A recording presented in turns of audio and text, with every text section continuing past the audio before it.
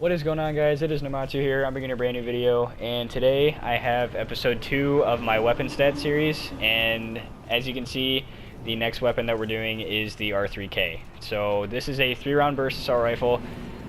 With the burst delay added into the whole equation, it fires at 550 rounds per minute, which is quite slow for any assault rifle, really, but the rate that the burst comes out is actually, it's fairly fast, so it's not, it's not horrible. The damage for this gun, it's a 3 to 4 shot kill, and at 3 shots, it used to 3 shot out to about 20 meters, but they recently buffed this, so I'm not sure what the new range is, for sure, like what the meters are. But as you can see here, I'll show you, when I'm this far away, I don't one burst him, but if I move just a little bit forward to right about here,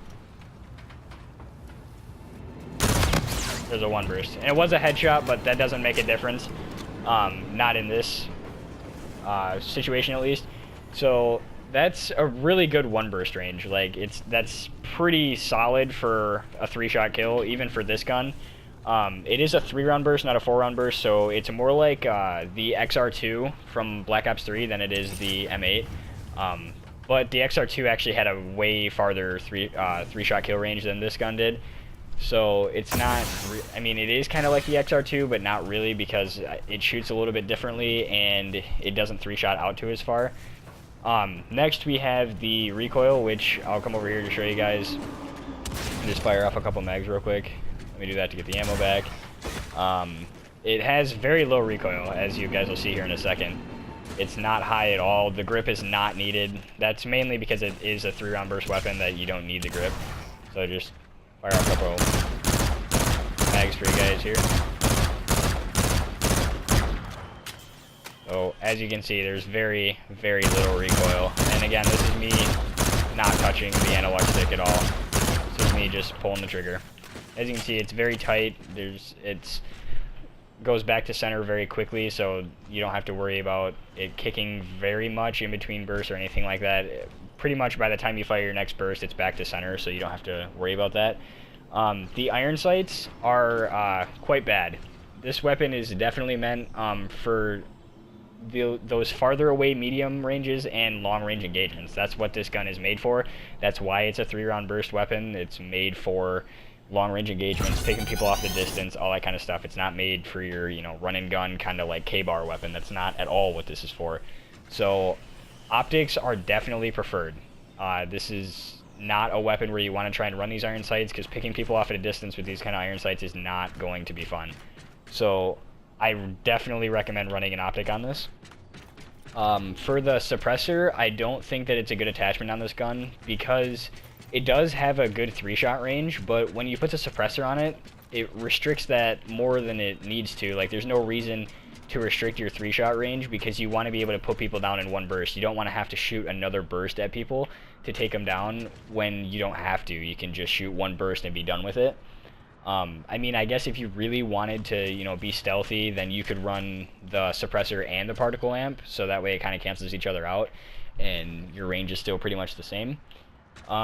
Overall, this weapon is fairly good. After the patch that they had on it that I was talking about with the increased range on the 3-shot kill, it's definitely a lot better than it was. It was not practical at all before that, because it just didn't 3-shot very far, so you couldn't get very many one bursts.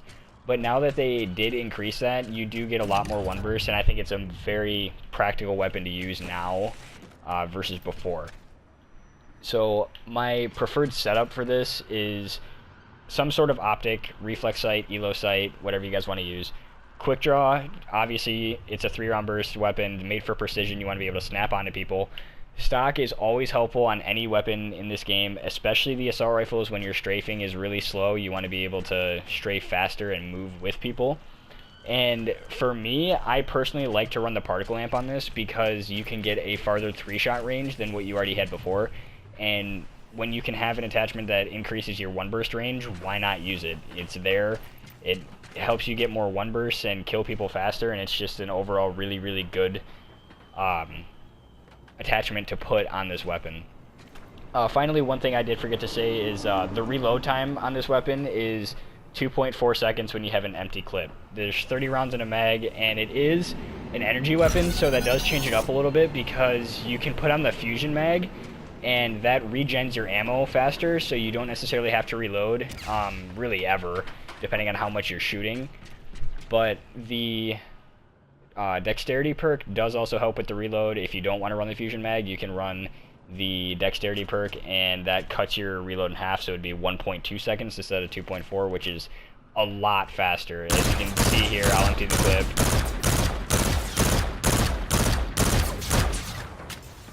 I mean, with as far, see, that wasn't very long at all, but as far away as you're going to be shooting people with this weapon, or you should be shooting people with this weapon, I really don't think dexterity or the fusion mag is really needed on this gun. I think that'd kind of be a waste because you're not going to be up close and personal with people, so you should be able to duck behind cover and reload if you need to. So again, overall, I think this is a good weapon to use if you're a slower player and you like to, you know, sit back and pick people off flags, or, you know, pick people off objectives of any kind, really. I definitely think that this is geared towards objective game types, because you can hit people from a distance and try to keep them away from the objectives before they even get there. So that's really, really helpful to have in certain situations. But there are certain maps where this weapon isn't going to do you much justice. Maps like Frontier, where it's mostly close quarters, you're definitely not going to want to use a weapon like this. So you just got to know when to use this thing. But when you use it on maps that have longer ranges of sight, it's way more effective, and it should get you a lot of kills, and you should be able to do exceptionally well with this weapon. That's all I really have to say about this. Again, it's a pretty good weapon to use. I hope you guys did enjoy the video. I hope you guys enjoyed the video. If you did, please like, comment, and subscribe, and let me know what you think about this weapon in particular down in the comments. I'll see you guys in my next video. I'm out.